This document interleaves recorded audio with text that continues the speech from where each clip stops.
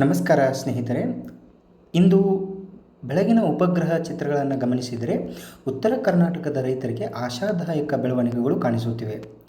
ರಬ್ಬಿ ಸಮುದ್ರದಿಂದ ತೇವಾಂಶವು ನಿರಂತರವಾಗಿ ಕರ್ನಾಟಕದತ್ತ ಹರಿಯುತ್ತಿದ್ದು, ಜೊತೆಗೆ ಮಧ್ಯ ಭಾರತದಲ್ಲಿ ಸಕ್ರಿಯವಾಗಿರುವ ವಾಯುಭಾರ ಕುಸಿತವು ಪಶ್ಚಿಮ ವಾಯುವ್ಯ ದಿಕ್ಕಿನತ್ತ ಚಲಿಸುತ್ತಿದೆ.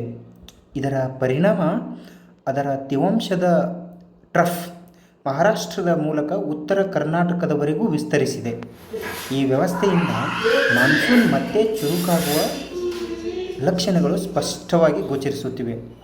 ಇಂದಿನ ಉಪಗ್ರಹ ಚಿತ್ರದಲ್ಲಿ ನೀವು ನೋಡಬಹುದು, ಬೀದರ್, ಗುಲ್ಬರ್ಗ, ವಿಜಯಪುರ, ಬಾಗಲಕೋಟ, ಗದಗ, ಹಾವೇರಿ, ಧಾರವಾಡ, ಬೆಳಗಾವಿ ಹಾಗೂ ಕೊಪ್ಪಳ ಬಹುತೇಕ ಉತ್ತರ ಕರ್ನಾಟಕದ ಭಾಗದಲ್ಲಿ ದಟ್ಟ ಮೋಡಗಳು ಬೆಳೆಯುತ್ತಿರುವುದು. ಈಗಾಗಲೇ ತುಂತುರು ಮಳೆಯೂ ಕೂಡ ಸ್ಟಾರ್ಟ್ ಆಗಿದೆ. ಮಧ್ಯಾಹ್ನದ ನಂತರ ಈ ಮೋಡಗಳು ಮತ್ತಷ್ಟು ಅಭಿವೃದ್ಧಿಯಾಗಿ ಗುಡುಗು ಮಿಂಚಿನೊಂದಿಗೆ ಉತ್ತಮ ಮಳೆಯಾಗುವ ಸಾಧ್ಯತೆ ಇದೆ.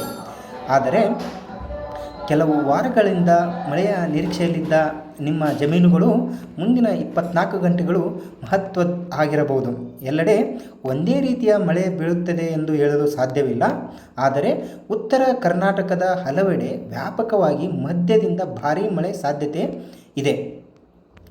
ದಕ್ಷಿಣ ಕರ್ನಾಟಕದಲ್ಲಿ ಶಿವಮೊಗ್ಗ, ಚಿಕ್ಕಮಗಳೂರು, ಹಾಸನ, ಕೊಡಗು, ಮೈಸೂರು ಭಾಗಗಳಲ್ಲಿ ಮಳೆಯ ಚಟುವಟಿಕೆ ಮುಂದುವರಿಯುವ ನಿರೀಕ್ಷೆ ಇದ್ದು, ಪಶ್ಚಿಮ ಘಟ್ಟದಲ್ಲಿ ಹೆಚ್ಚಿನ ಮಳೆಯ ಸಾಧ್ಯತೆ ಇದೆ. ಆದರೆ ಓವರಾಲ್ ದಕ್ಷಿಣ ಕರ್ನಾಟಕದಲ್ಲಿ ಸಾಧಾರಣ ಮಳೆ ಅಥವಾ ಭಾಗಶಃ ಮೋಡ ಕವಿದ ವಾತಾವರಣ ಸಾಧ್ಯತೆ ಇದ್ದು, ಮಳೆಯ ಬಗ್ಗೆ ಆಶಾಭಾವನೆ ಇದೆ. ಧನ್ಯವಾದಗಳು ಸ್ನೇಹಿತರೆ. ನಮಸ್ಕಾರ.